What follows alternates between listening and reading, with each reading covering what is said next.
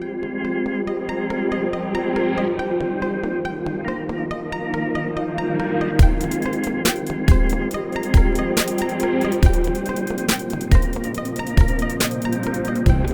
up guys, Jason here, Morph Mixology Reptiles, back for another video.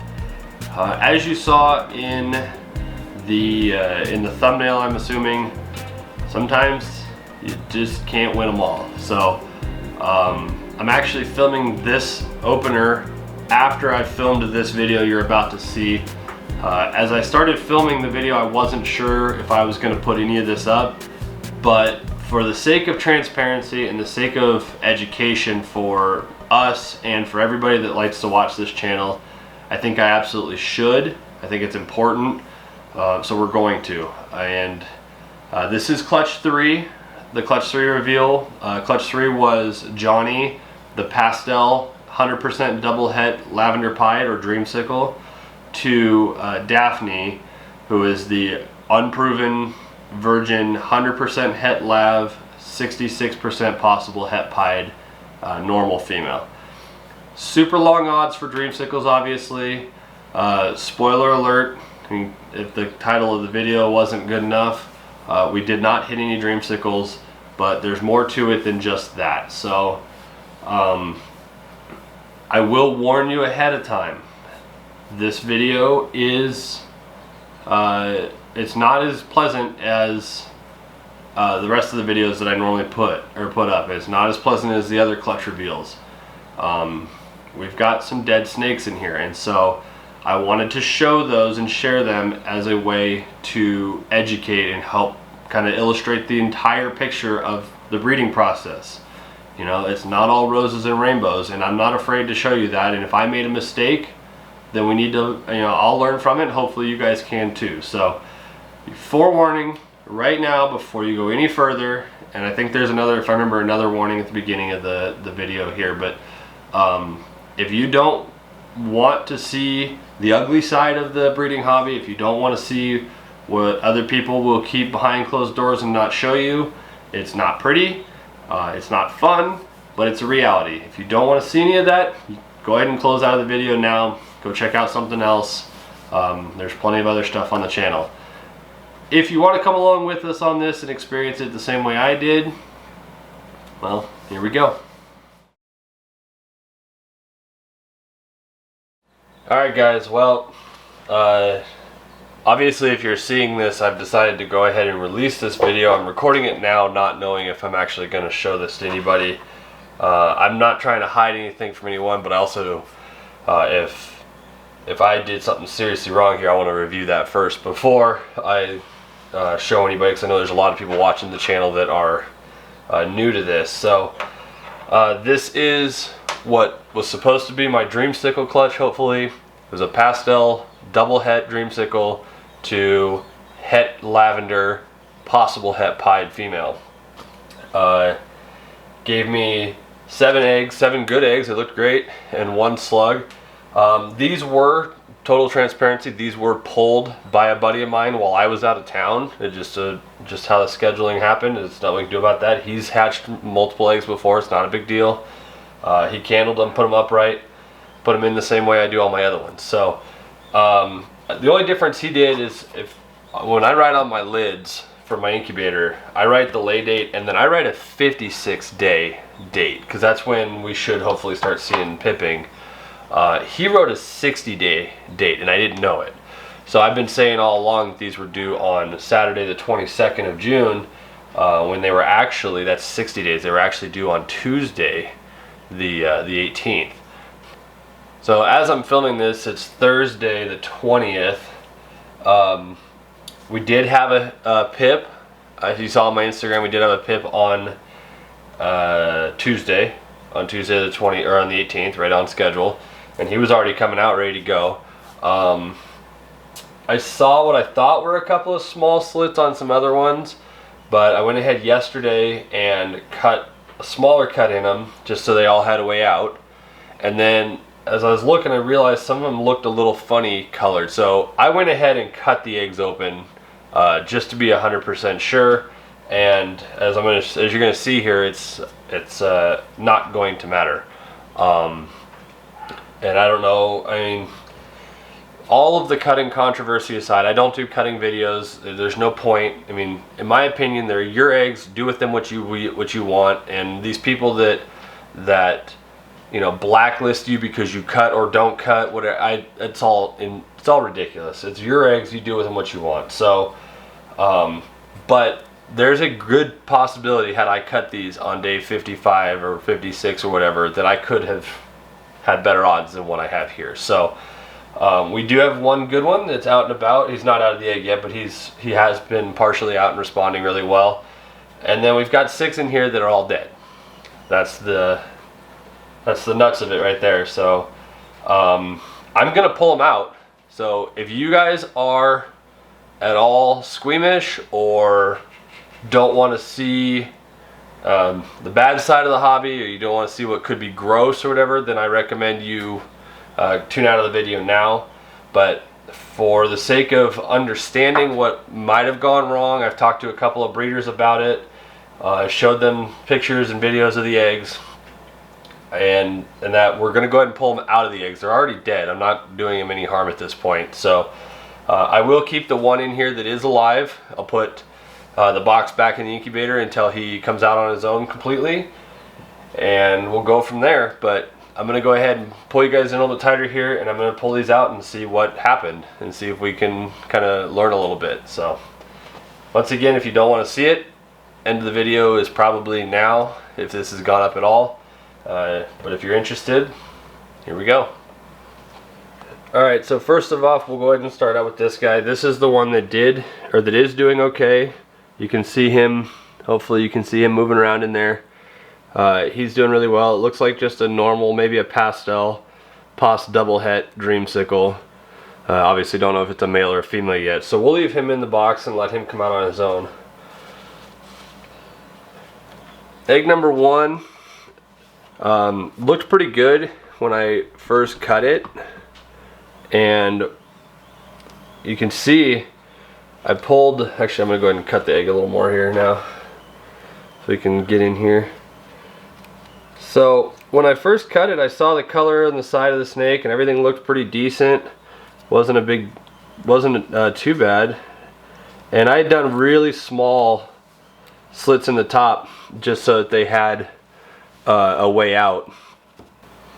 So you can see him on top here. You can see his head and everything. The color looks actually pretty good. It looks like it was pretty fully formed, but this right here is the umbilical cord, and this is something that people that advocate for cutting talking about, getting the umbilical cord tied up or wrapped around them to the point where they can't get out or they can't get the rest of their nutrients. So let's see if that's in fact the case, that he's just tied up in here.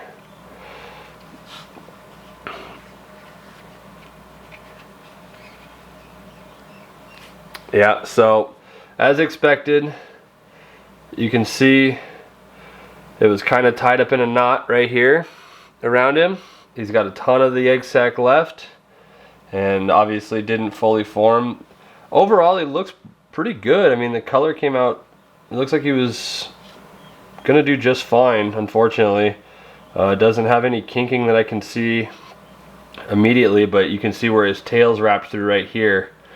It was cutting off the rest of the supply from the egg sac. So that's issue number 1.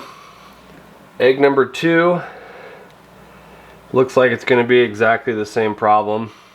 You can kind of see right here the umbilical cord, and then his big egg sac is still showing here. It's not absorbed at all. We'll see if that's the same situation here.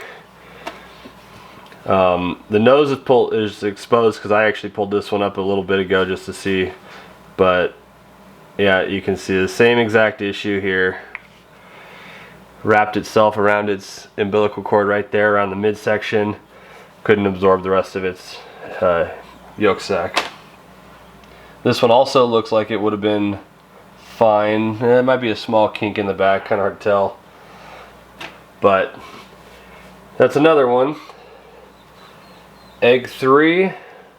This one doesn't look like it's got an umbilical cord problem per se, but let's see what's in here, I guess. And again, folks, I mean, look, I know this is not a great video, and I know that it might be kind of hard for some people to watch, but this is part of the process, part of the breeding, you know. And I figured I might as well show you guys, and we can hopefully all learn together. So yeah, this one's just got a huge yolk sac still. Trying to see. Yeah, it's right here. The umbilical cord here is actually coming across the yolk sac, and it's got it all tied up. This one could have been an incubation error, maybe. It's kind of hard to tell. That one's gonna make a mess, so I'll leave them in there. It's really sad, but you know, unfortunately it's part of the process. For those that are curious about the incubator, it's been steady for 4 months or so, between 88 and 90 degrees across the board, and everything else has been hatching just fine. So you know, it's just part of the process, I guess. It could, you never know. This is egg number 4 in the clutch. This one's a little bit more bizarre. Not quite sure what we had here or what the process was. Again, the nose is out because I found it, but it is not. It's obviously not responsive. This one's really weird because there's the yolk sac. So it doesn't look like an umbilical problem necessarily. It just looks kind of under deformed. There's a small kink in the back over here. The pattern's weird because it's like there's no belly pattern at all, and this should be just pastel, obviously, or pied. If this could have, I mean, the pattern doesn't look like pied. But yeah, it just did not absorb for whatever reason. Egg number 5. This one also looked like it was gonna be okay. I found the head, it was underneath. This one, I guess, I know some people hatch their ball pythons upside down. The snake is upside down in the egg sometimes. And usually it seems like it works. I don't know at what point they go from being upside down to drowning. Obviously I haven't learned enough of that yet. But this head was all the way underneath, it was under the bottom. Actually, now that I got the egg cut away, I don't know if you can see right here, right there, there's another umbilical cord wrapped around the midsection. So another, what looks like it would have been a really nice pastel double head dreamstick or pos double head, but wrapped around the umbilical. And last but not least, number 7 is number 6 was the one that was going to survive, it looks like. So we'll keep him together. We'll let him come out at some point. Number 7 here, this one I was a little concerned about. This, when I cut the little slit in them so they all had a little window to come out of, I saw the white and I started to think, oh, maybe I had a lav or a high white pied or even possibly a dreamsicle. And I didn't think really much anything of it until I realized that the rest of them didn't look right. So I went ahead and opened the egg up a little bit more. Sorry if this is off camera here, I'm trying to cut the egg open here. But this one looks severely under deformed, which is kind of weird. I'm not gonna know. Let's take him out and see what it looks like.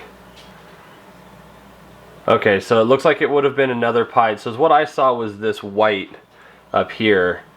It looks like it would have been another pastel rather. And yeah, it's just kind of knotted all over its egg sac here a little bit, but you can tell by how light the color is. It's kind of hard to tell on the camera, but it's almost like a soft pastel-y, no pun intended, but kind of soft color. It never fully developed. So, well, there you go. I mean, I guess there's a couple of ways we can look at this. It's not about the cutting debate, in my opinion, and if the comments on this video deteriorate into just a huge war over cutting, I'm going to turn them off. I'll warn you that ahead of time. And if you start I mean, this is my channel at the end of the day. If you guys start throwing around, you know, hashtag no cut club, or starting talking about banning, you know, blacklisting people because they cut, or, you know, you're insulting each other because they cut or don't cut, I'll take you out of the channel completely. I'm not that hard up for subscribers. I don't need anybody. I mean, I'm sorry if that sounds cold, but that's just the way it goes. You know, this is not about the cutting debate. I'm here to learn, and I'm here to hopefully help some other people learn along the way, and we're here to share our experience and our progress, all good with the bad. I mean, we did really well with the first 2 clutches with the scaleless head stuff. You know, everybody takes their licks at some point, so keep your politics and your cutting debate and everything out of the comments of this video. Take it elsewhere. We don't have time for it here. It's not the point. You can look at it as a couple of things. One, it's a good learning experience for me to know what to look for should I choose to cut in the future or not. This was, you know, we're wanting to let the clutches pip and then put a small cut in so that, you know, if one's born without an egg tooth or something, that they can still get out. But obviously, if we wait for every egg to pip on its own, and they're tied up in their umbilical cord, they're never coming out, and you'll never know it. So just keep that in mind. And additionally, it's not necessarily, I mean, at the end of the day, we could be grateful for the fact that we didn't hit the odds, and I didn't lose a dreamsicle or a lavender or pied or something in this clutch from these issues. I don't think it's an incubation error, because the other 2 clutches ahead of it came out just fine. These were handled exactly the same way. The incubator's been completely solid. We did have a power outage about a week ago, I guess it was, for about 2 or 3 hours. But these were well on their way already. I've talked to plenty of people that said that should not be an issue. The incubator dropped like 4 degrees, so it wasn't a big deal. It came back on, it was fine. So I'm hoping that's not the case. I mean, it's possible, but I don't know. But we didn't miss on a dreamsicle, or we missed on the odds on a dreamsicle, but luckily we didn't lose one. So you're gonna take the good with the bad here. So she gave us 7 or 8 total eggs. 1 was a slug, and only 1 made it. It happens. It's part of the game. So I hope, I mean, I don't know how much you could enjoy this video. I hope it was informative, if nothing else. As I get to the end of this part of it, I know at the beginning I said I wasn't sure. As I get to this end, I think obviously I'm going to go ahead and post it. If you're watching it, obviously I did, but I'm just kind of talking out loud here, trying to process the whole idea, the whole thing rather. So I think I am going to put it up. I think it's important to share. First of all, to share with you guys and be totally transparent on everything that we do here. I'm not trying to hide the bad stuff. I mean, we've been very lucky so far that our clutches have come out well, that everybody started eating right away, that, you know, our adults are all feeding really well, that their pairings went good, you know, the incubator works, that our rats were all, I mean, we've been really lucky over the last year and 2. You know, and it was bound to be our time to get something that was funky, and we did, and I want to share that with you guys. I don't want to hide anything from you that's not working, in case something, you know, if I had screwed up here, and if I did and you guys see something that didn't look right, put a comment down below. Let me know your thoughts. But if I screwed something up, I want to tell you guys, because I know there's a lot of people that follow this channel that are building their own racks and getting animals and hopefully wanting to breed someday. Well, this is the ugly truth. This is part of it. So I hope it was informative, if nothing else. We'll keep an eye on this little guy. You know, it's obviously nothing grand. It looks like it's a normal or a pastel post double het dreamsicle, but it's better than none, I guess. So thanks for watching. You know, again, keep the politics out of the comments for now. That's not what this video is about. I hope you learned something, and fingers crossed that the rest of the clutches in here and the ones that we still have to come are going to go a little bit better, and we'll keep at it, and maybe we'll try this pairing again next year and see if we get some better chances. So with that, I'll leave you guys to it, and I'll see you guys next week. See ya.